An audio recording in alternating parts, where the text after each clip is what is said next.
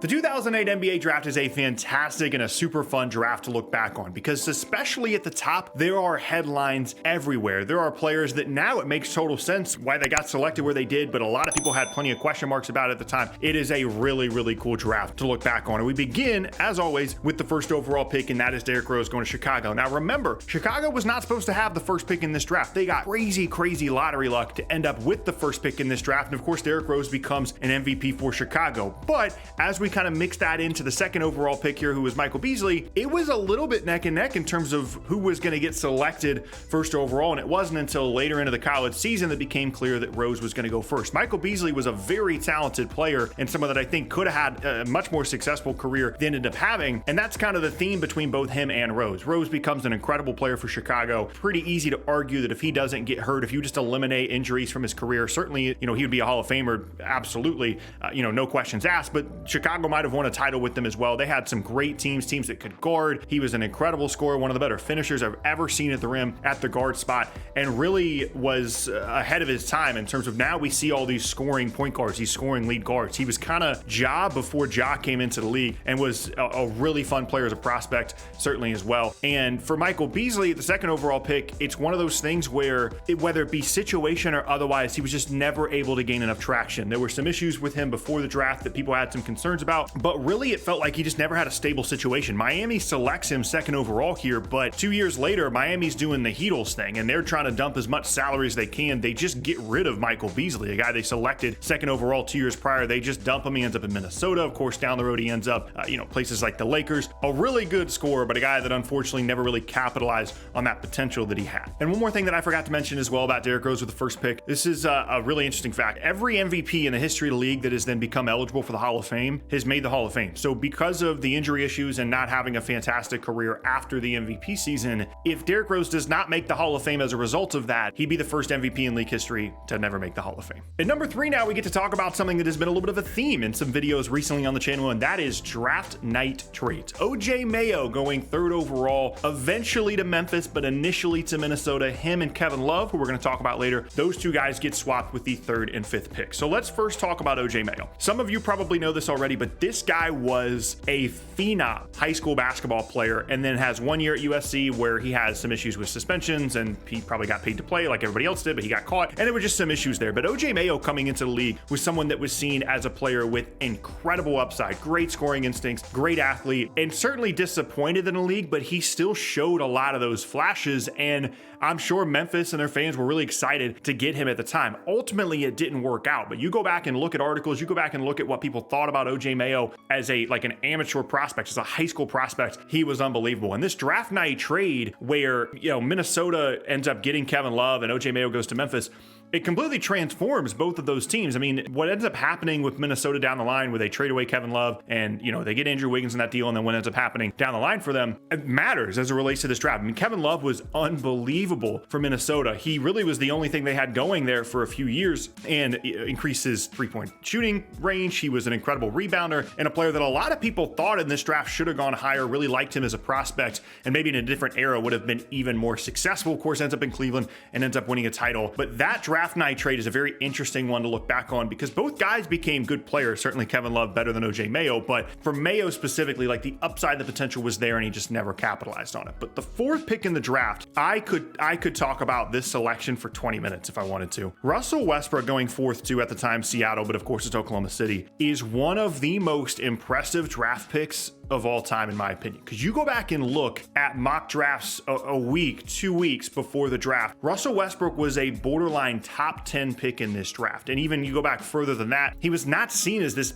big time, college prospect necessarily, and someone that a lot of people liked in the first round, and then everybody started liking him higher than that, and he just kept climbing and climbing. It was like, wait, what is happening here? The idea that Russell Westbrook would be the first UCLA player selected in this draft made absolutely no sense at the time of the draft. It did not. But Sam Presti in Oklahoma City, you have to give them all the credit in the world because it is the right selection, and he would be number 1 overall in a redraft of this draft, despite how great Derrick Rose was, of course, at his peak, winning an MVP. Russell Westbrook is the best player in this draft, and he would have been number 1 if you were to do a redraft right now. And not only to get that guy at 4, but to have the courage to select him 4th overall, when I'm not sure many other teams in the league would have done that. You can go back and look at mock drafts that have him, being selected 10th. You can look at mock drafts a couple weeks before the draft, have him being selected in the middle of the first round. One of the biggest and fastest risers we've ever seen. And for him to go 4th and for it to work out is absolutely unbelievable. You can talk about, what happens down the road between him and KD and whether it was the right fit and the flaws in his game. Certainly I've talked about that throughout Russell Westbrook's career, but specifically as a draft selection, not only is he incredibly interesting, but it's just an unbelievable pick, something that nobody saw coming.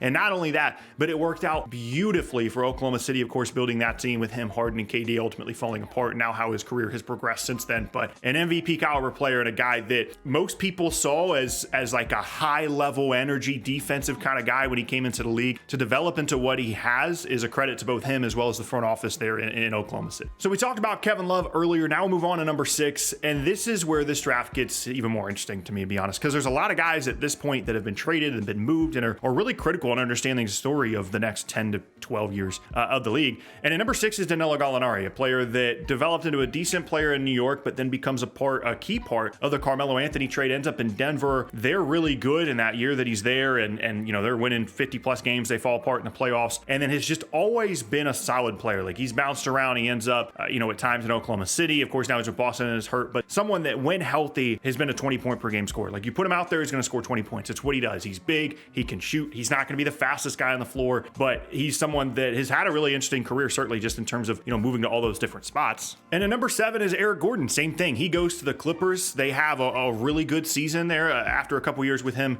there with the Clippers, and then he ends up getting moved to New Orleans as a part of the Chris Paul trade. Does not enjoy his time in New Orleans, is constantly hurt, tries to get away to go to Phoenix. They match the offer for him in free agency there, and then has just become a really solid, productive player. When healthy, ends up in Houston alongside James Harden with some absolutely incredible, awesome Rockets teams, and another player in the top 10 of this draft that has just been really, really solid. And then at number 10 is the all-time leading scorer in the history of the New Jersey Nets, and that is Brook Lopez. An incredibly interesting career. I've done a video about this guy before where he goes to New Jersey and just same thing as Danilo Gallinari. Like, when healthy, roll him out there, he's going to score 20 points. One of the more devastating post players and scorers in the league. Not a very good defender, could not shoot the basketball from very much range at all. And then all of a sudden he gets moved to LA as a part of the D'Angelo Russell, Timofey Mozgov salary dump essentially. Then ends up in Milwaukee and has become just the complete opposite kind of player that he was in New Jersey. Like, he could shoot jump shots, but he never shot threes ever in New Jersey. And he never really was a very good rim protector until like his last season or two there, once they ultimately moved to Brooklyn.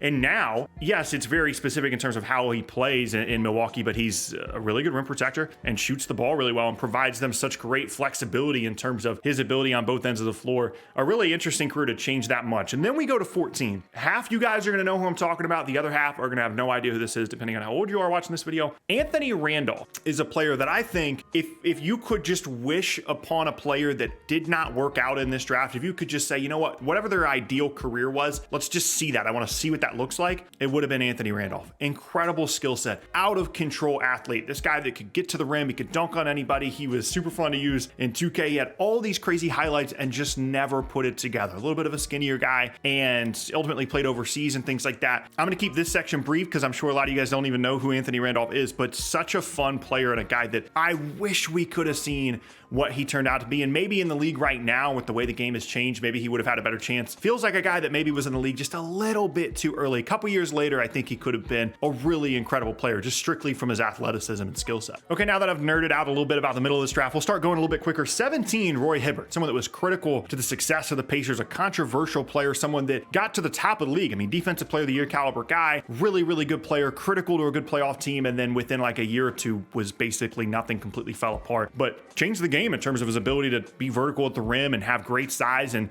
was the best rim protector in the league there for a few years, and obviously incredibly valuable as the 17th pick. 18, JaVale McGee. It feels like JaVale's been in the league for 20 years. I mean, go back thinking about all the Shaq a Fool and the crazy clips of him in Washington where he's just doing all this weird stuff. But when he's been locked in, when he's been focused, he's an unbelievable athlete, can protect the rim, great lob threat, and has had a pretty solid career. 25 is Nick Batum. Same thing, a guy that feels like he's been in the league for 20 years. He made a lot of money, whether it be, in Charlotte or otherwise, bounced around to a couple different teams, but he's always been productive when healthy. His issue has been staying on the floor, but when he's on the floor, he's going to shoot, he's going to guard, he's going to move the ball, he can play make, lots of different stuff Nick Batum can can provide, and one of my favorite players to watch throughout his career, just in terms of a guy that's really solid when he's healthy. Then at 34 is Mario Chalmers. I felt like he deserved a mention as a guy that was important to those Miami teams there for a few years.